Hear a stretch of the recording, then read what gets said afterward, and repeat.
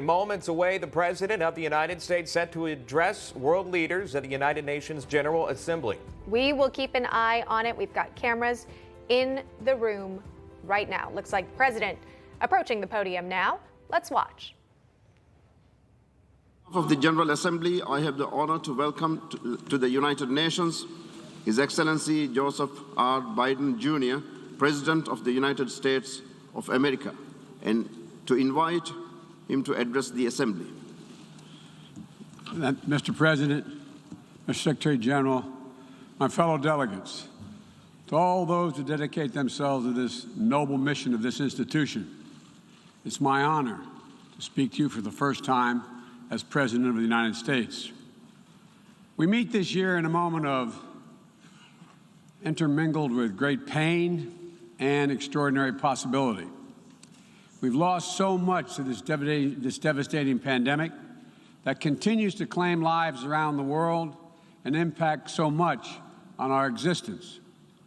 We're mourning more than 4.5 million people of every nation, from every background. Each death is an individual heartbreak, but our shared grief is a poignant reminder that our collective future will hinge on our ability to recognize our common humanity and to act together. Ladies and gentlemen, this is the clear and urgent choice that we face here at the dawning of what must be a decisive decade for our world. A decade that will quite literally determine our futures. As a global community, we're challenged by urgent and looming crises, wherein lie enormous opportunities if we can summon the will and resolve to seize these opportunities. Will we work together to save lives, defeat COVID-19 everywhere, and take the necessary steps to prepare ourselves for the next pandemic, for there will be another one? Or will we fail to harness the tools at our disposal as the more virulent and dangerous variants take hold? Will we meet the threat of the challenging climate we're all feeling, already ravaging every part of our world with extreme weather? Or will we suffer the merciless march of ever-worsening droughts and floods, more intense fires and hurricanes, longer heat waves, and rising seas? Will we affirm and uphold the human dignity and human rights under which nations in common cause more than 7 decades ago formed this institution?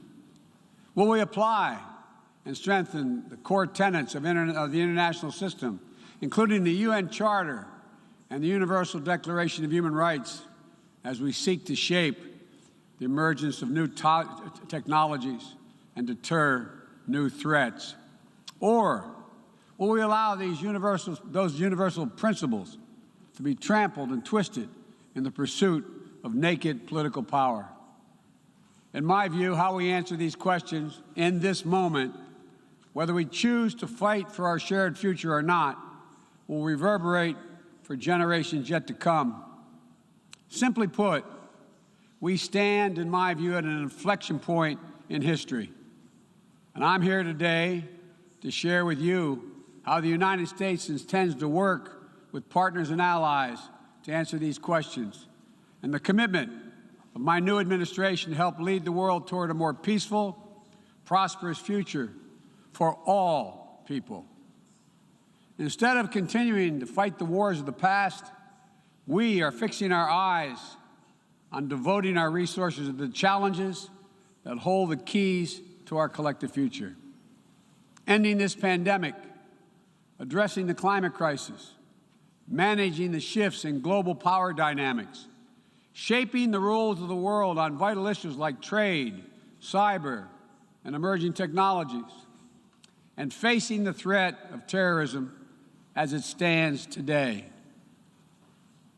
We've ended 20 years of conflict in Afghanistan, and as we close this period of relentless war, we're opening a new era of relentless diplomacy, of using the power of our development aid to invest in new ways of lifting people up around the world. of renewing and defending democracy, of proving that no matter how challenging or how complex the problems we're going to face, government by and for the people is still the best way to deliver for all of our people. And as the United States turns our focus to the priorities and the regions of the world, like the Indo-Pacific, that are most consequential today and tomorrow, we'll do so with our allies and partners through cooperation at multilateral institutions like the United Nations to amplify our collective strength and speed our progress toward dealing with these global challenges. It is a fundamental truth of the 21st century within each of our countries and as a global community that our own success is bound up in others succeeding as well. To deliver for our own people, we must also engage deeply with the rest of the world. To ensure that our own future, we must work together with other partners, our partners, toward a shared future. Our security, our prosperity, and our very freedoms are interconnected, in my view, as never before. And so, I believe we must work together as never before. Over the last 8 months, I prioritized rebuilding our alliances, revitalizing our partnerships, and recognizing they are essential and central to America's enduring security and prosperity. We have reaffirmed our sacred NATO alliance to Article 5 commitment. We're working with our allies toward a new strategic concept that will help our alliance better take on evolving threats of today and tomorrow. We renewed our engagement with the European Union, a fundamental partner in tackling a full range of significant issues facing our world today. We elevated the Quad partnership among Australia, India, Japan, and the United States to take on challenges ranging from health security to climate to emerging technologies. We're engaging with regional institutions from ASEAN to the African Union to the Organization of American States to focus on people's urgent needs for better health and better economic outcomes. We're back at the table in international forums, especially the United Nations, to focus attention and to spur global action on shared challenges. We are re-engaged at the World Health Organization and working in close partnership with COVAX to deliver life-saving vaccines around the world. We rejoined the Paris Climate Agreement, and we're running to retake a seat in the Human Rights Council next year at the UN. And as the United States seeks to rally the world to action, we will lead not just with the example of our power, but, God willing, with the power of our example. Make no mistake, the United States will continue to defend ourselves, our allies, and our interests against attack, including terrorist threats, as we prepare to use force, if any is necessary. But to defend our vital U.S. national interest, including against ongoing and imminent threats. But the mission must be clear and achievable, undertaken with informed consent of the American people, and whenever possible, in partnership with our allies. U.S. military power must be our tool of last resort, not our first. And it should not be used as an answer to every problem we see around the world. Indeed, today, many of our greatest concerns cannot be solved or even addressed through the force of arms. Bombs and bullets cannot defend against COVID-19 or its future variants. To fight this pandemic, we need a collective act of science and political will. We need to act now to get shots in arms as fast as possible and expand access to oxygen, tests, treatments to save lives around the world.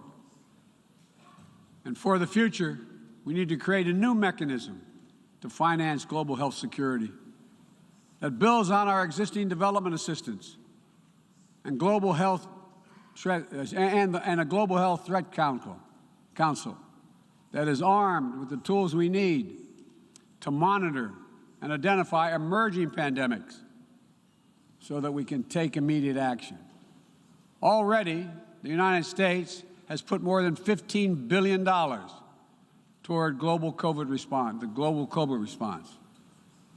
We've shipped more than 160 million doses of COVID-19 vaccine to other countries. This includes 130 million doses from our own supply and the first tranches of the 500 million doses of Pfizer vaccine we purchased to donate through COVAX. Planes carrying vaccines from the United States have already landed in 100 countries, bringing people all over the world a little dose of hope, as one American nurse termed it to me. A dose of hope, direct from the American people, and importantly, no strings attached. And tomorrow, at the U.S.-hosted Global COVID-19 Summit, I'll be announcing additional commitments as we seek to advance the fight against COVID-19 and hold ourselves accountable around specific targets on 3 key challenges: saving lives now, vaccinating the world, and building back better. This year has also brought widespread death and devastation from the borderless climate crisis. The extreme weather events that we have seen in every part of the world, and you all know it and feel it, represent what the Secretary General has rightly called Code Red for humanity. And the scientists and experts are telling us that we're fast approaching a point of no return in a literal sense. To keep within our reach the vital goal of limiting global warming to 1.5 degrees Celsius, every nation needs to bring their highest possible ambitions to the table when we meet in Glasgow for COP26. And then to have to keep raising our collective ambition over time. In April, I announced the United States' ambitious new goal under the Paris Agreement to reduce greenhouse gas emissions from the United States by 50 to 52% below 2005 levels by 2030, as we work toward achieving a clean energy economy with net zero emissions by 2050. And my administration is working closely with our Congress to make critical investments in green infrastructure and electric vehicles that will help us lock in progress at home toward our climate goals. And the best part is, making these ambitious investments isn't just good climate policy. It's a chance for each of our countries to invest in ourselves and our own future.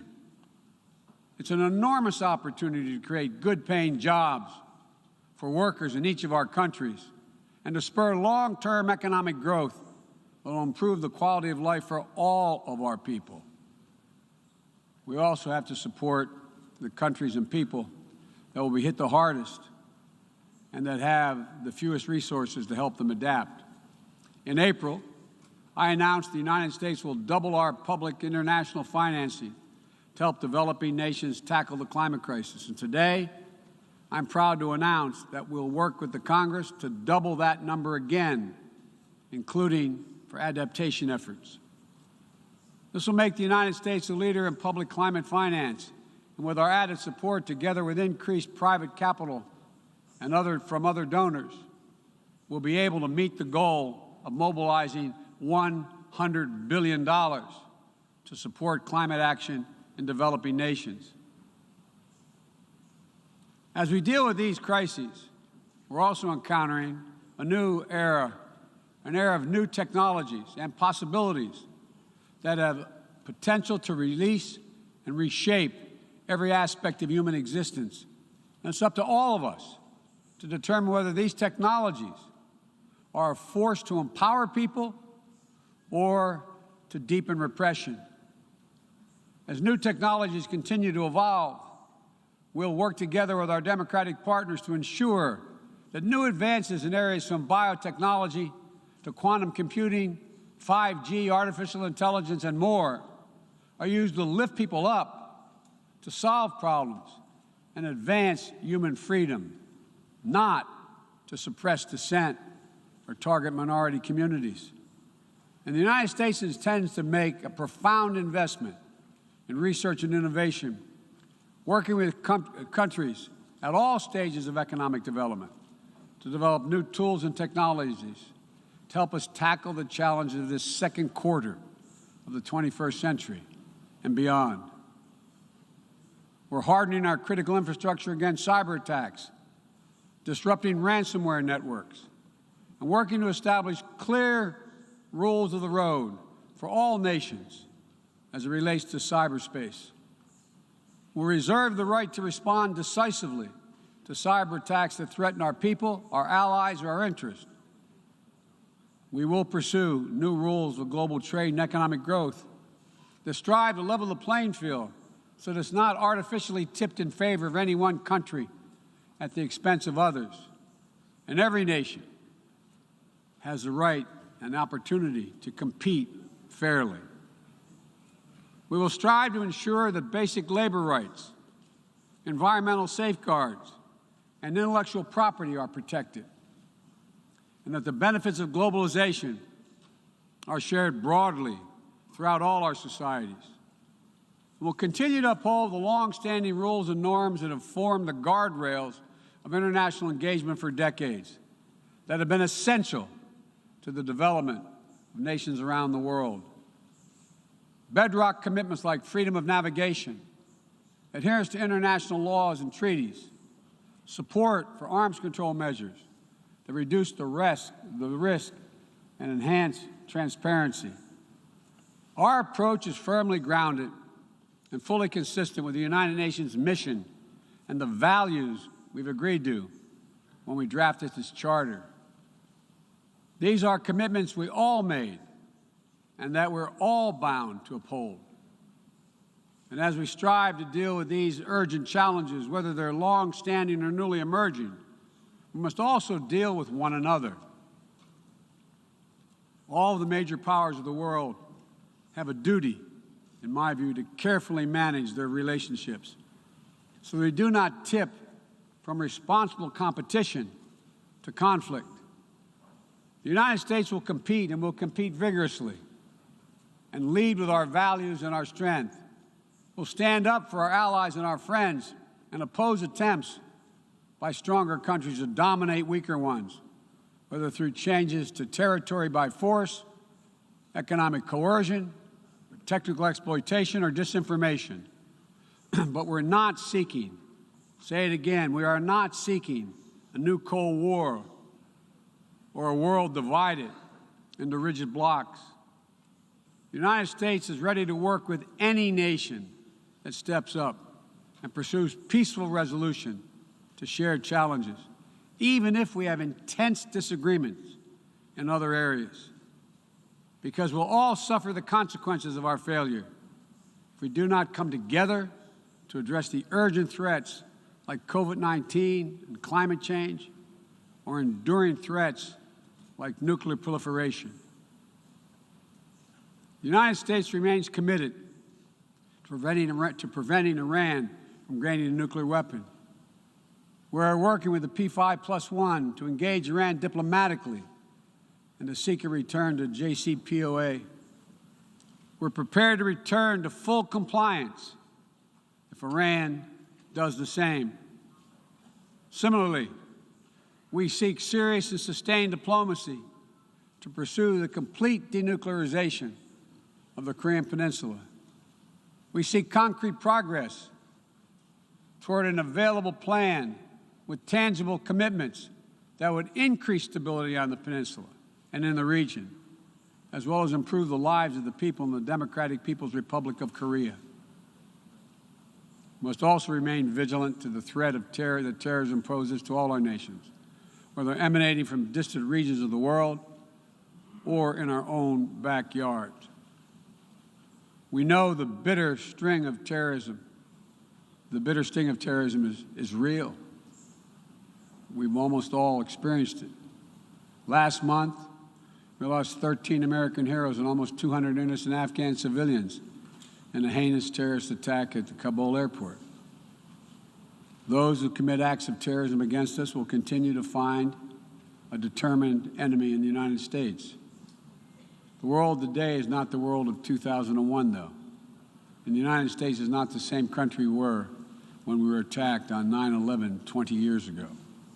Today, we're better equipped to detect and prevent terrorist threats, and we are more resilient in our ability to repel them and to respond.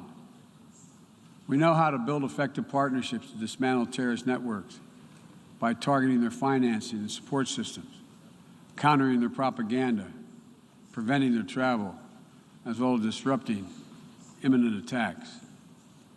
We'll meet terrorist threats that arise today and in the future with a full range of tools available to us, including working in cooperation with local partners so that we need not be so reliant on large-scale military deployments. One of the most important ways we can effectively enhance security and reduce violence is by seeking to improve the lives of the people all over the world who see that their governments are not serving their needs. Corruption fuels inequality, siphons off a nation's resources, spreads across borders, and generates human suffering, is nothing less than a national security threat in the 21st century. Around the world, we're increasingly seeing citizens demonstrate their discontent, seeing the wealthy and well-connected grow richer and richer, taking payoffs and bribes, operating above the law, while the vast majority of the people struggle to find a job or put food on the table, or to get their businesses off the ground, or simply send their children to school. People have taken to the streets in every region to demand that their governments address people's basic needs, give everyone a fair shot to succeed, and protect their God-given rights. And in that chorus of voices, across languages and continents, we hear a common cry, a cry for dignity, simple dignity. As leaders, it's our duty to answer that call, not to silence it. The United States is committed to using our resources and our international platform to support these voices, listen to them, partner with them to find ways to respond that advance human dignity around the world. For example, there's an enormous need for infrastructure in developing countries. But infrastructure that is low quality or that feeds corruption or exacerbates environmental degradation may only end up contributing to greater challenges for countries over time. Done the right way, however, with transparent, sustainable investment in projects that respond to the country's needs and engage their local workers to maintain high labor and environmental standards, infrastructure can be a strong foundation that allows societies in low and middle-income countries to grow and to prosper. That's the idea behind the Build Back Better world. And together with the private sector and our G7 partners, we aim to mobilize hundreds of billions of dollars in infrastructure investment. We will also continue to be the world's largest contributor to humanitarian assistance, bringing food, water, shelter, emergency health care, and other vital life-saving aid to millions of people in need. When the earthquake strikes, a typhoon rages, or disaster anywhere in the world, the United States shows up. We'll be ready to help. And at a time when nearly 1 in 3 people globally do not have access to adequate food just last year, the United States is committing to rallying our partners to address immediate malnutrition and to ensure that we can sustainably feed the world for the decades to come. To that end, the United States is making a $10 billion commitment to end hunger and invest in food systems at home and abroad. Since 2000, the United States government has provided more than $140 billion to advance health and strengthen health systems, and we will continue our leadership to drive these vital investments to make people's lives better every single day. Just give them a little breathing room. And as we strive to make lives better, we must work with renewed purpose to end the conflicts that are driving so much pain and hurt around the world. We must redouble our diplomacy and commit to political negotiations, not violence, as a tool of first resort. To manage tensions around the world, we must seek a future of greater peace and security for all people of the Middle East. The commitment of the United States to Israel's security is without question, and our support for an independent Jewish state is unequivocal. But I continue to believe that a two-state solution is the best way to ensure Israel's future as a Jewish democratic state, living in peace alongside a viable, sovereign, and democratic Palestinian state.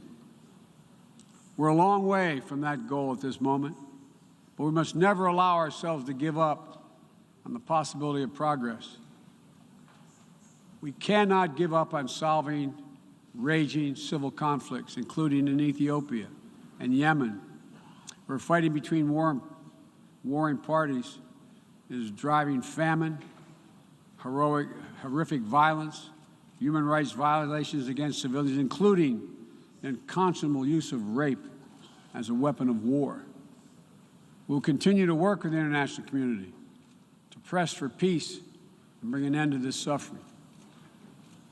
As we pursue diplomacy across the board, the United States will champion the democratic values that go to the very heart of who we are as a nation and a people: freedom, equality, opportunity, and a belief in the universal rights of all people. It's stamped into our DNA as a nation, and critically, it's stamped into the DNA of this institution, the United States. We sometimes forget, I quote the opening words of the Universal Declaration of Human Rights, quote, "The equal and inalienable rights of all members of the human family is the foundation of freedom, justice, and peace in the world." The founding ethos of the United Nations places the rights of individuals at the center of our system. And that clarity and vision must not be ignored or misinterpreted. The United States will do our part, but will be more successful and more impactful if all of our nations are working toward the full mission to which we are called. That's why more than 100 nations united again around a shared statement, and the Security Council adopted a resolution outlining how we'll support the people of Afghanistan moving forward, laying out the expectations to which we'll hold the Taliban when it comes to respecting universal human rights. We all must advocate for women, the rights of women and girls to use their full talents, to contribute economically, politically, and socially, and pursue their dreams free of violence and intimidation. From Central America to the Middle East to Africa to Afghanistan, wherever it appears in the world. We all must call out and condemn the targeting and oppression of racial, ethnic, and religious minorities whether it occurs in Xinjiang or northern Ethiopia or anywhere in the world. We all must defend the rights of LGBTQI individuals so they can live and love openly without fear, whether it's Chechnya or Cameroon or anywhere.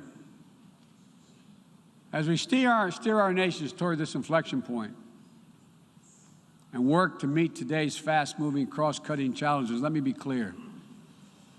I am not agnostic about the future we want for the world. The future will belong to those who embrace human dignity, not trample it. The future will belong to those who unleash the potential of their people, not those who stifle it. The future will belong to those who give their people the ability to breathe free, not those who seek to suffocate their people with an iron hand. Authoritarianism, the authoritarianism of the world, may seek to proclaim the end of the age of democracy, but they're wrong. The truth is, the democratic world is everywhere, It lives in the anti-corruption activists, the human rights defenders, the journalists, the peace protesters. On the front lines of this struggle in Belarus, Burma, Syria, Cuba, Venezuela, and everywhere in between. It lives in the brave women of Sudan who withstood violence and oppression to push a genocidal dictator from power and who keep working every day to defend their democratic progress. It lives in the proud Moldovans who helped deliver a landslide victory for the forces of democracy with a mandate to fight graft, to build a more inclusive economy. It lives in the young people of Zambia who harnessed the power of their vote for the first time, turning out in record numbers to denounce corruption and chart a new path for their country. And while no democracy is perfect, including the United States, we'll continue to struggle to live up to the highest ideals to heal our divisions. And we face down violence and insurrection. Democracy remains the best tool we have to unleash our full human potential.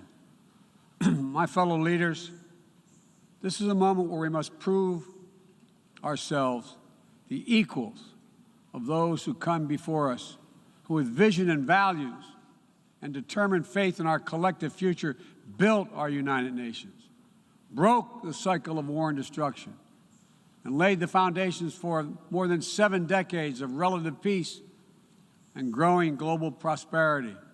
Now, we must again come together to affirm the inherent humanity that unites us is much greater than any outward divisions or disagreements. We must choose to do more than we think we can do alone so that we'll accomplish what we must together. Ending this pandemic and making sure we're better prepared for the next one.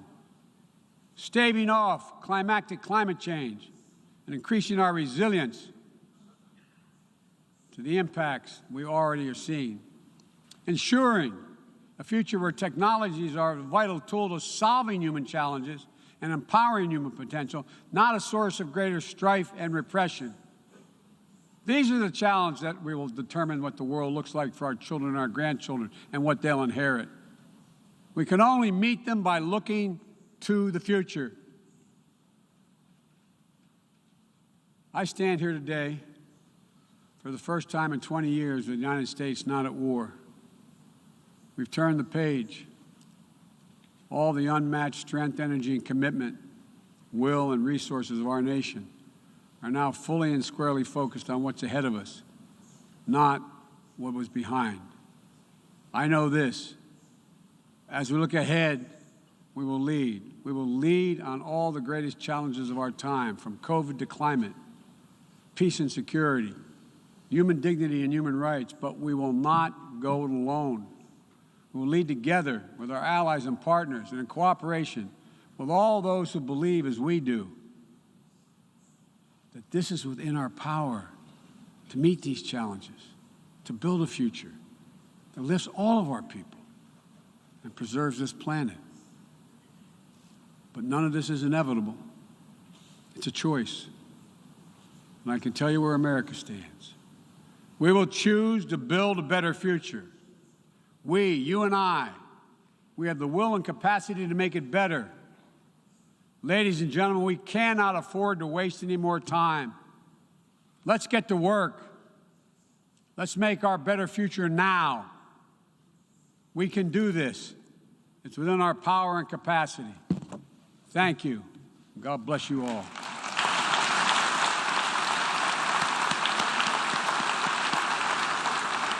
As applause rang there at the United Nations General Assembly as the President of the United States wraps up his very first speech as President to the United Nations Assembly there in New York City, ending at around 35 minutes, started right on time, about 35 minutes long in that speech, starting with the pandemic, a common bond, if you will, a common challenge that the entire world faces, and ending on what would be a message of unity in this speech. Yeah, we heard calls to build back better. We've heard that obviously throughout his campaign, but also he wants to do so on the international stage. He talked about climate change as well, going forth and pushing for green infrastructure and electric vehicles here in the United States, as well as protecting against cyber attacks. So he mentioned technology and human rights abuses as well. Speaking out, calling out the locations of where human rights abuses were taking place, also advocating for LGBTQ individuals. And as Sean, you pointed out, the common challenge that all these nations are facing, which is coronavirus. He mentioned he'd given the United States $15 billion to global COVID response, also sharing doses of the Pfizer vaccine. However, I did notice when it comes to accountability in the virus, we did not talk about discovering the origins of coronavirus, as he did call for preparing for the next pandemic. What can be done to prevent that? Yeah, you're going to hear a long list of various speeches from different countries today. That was the one that obviously we were waiting on to hear from President Biden. Hey, I'm Rob Finnerty. Thanks for watching. If you enjoyed this video, please join the conversation in the comments below. Don't forget to subscribe, too. Hit the bell icon to be alerted to breaking news. And remember, there's a whole lot more on Newsmax TV, America's fastest growing cable news network. Newsmax TV, we're real news for real people.